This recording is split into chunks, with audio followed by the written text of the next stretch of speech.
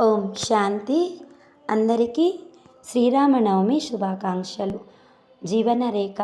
రామాయణంలోని ప్రతి పాత్రలో సుఖమయ జీవితానికి కావలసిన సుగుణాలు, కర్తవ్యాలు మరియు తొలగించుకోవలసిన అవగుణాలు, లోపాలు ప్రతిబింబిస్తాయి.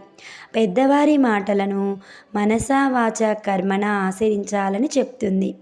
శ్రీరాముని దివ్యమైన పాత్ర. భర్త యొక్క కష్ట సుఖాలను పంచుకోవాలని చెప్తుంది సీతమ్మ. తల్లి అపురూప దివ్యగాథ మనస్సు ప్రశాంతంగా ఉంచుకునేందుకు మందర వంటి వారి నుండి ఆమడ దూరంలో ఉండాలని అర్థం చెబుతుంది. శ్రీరాముడు ఆత్మారాముడైన శివ పరమాత్ముణ్ణి ఆరాధించిన శ్రీరామేశ్వరం ఇప్పటికీ భక్తులకు దర్శనీయ పుణ్యక్షేత్రముగా అలరారుతూ మనోభిరాముని స్మరణ అందరికీ ముక్తి జీవన్ముక్తి ప్రసాదిస్తుందని చెబుతుంది. ఇది ఈశ్వరీయ మహావాక్యం. ఎవరైతే దీన్ని జీవితంలో ధారణ చేస్తారో వారి జీవితం ఉన్నతంగా శ్రేష్టంగా తయారవుతుంది. ఓం శాంతి. ఓం నమః శివాయ.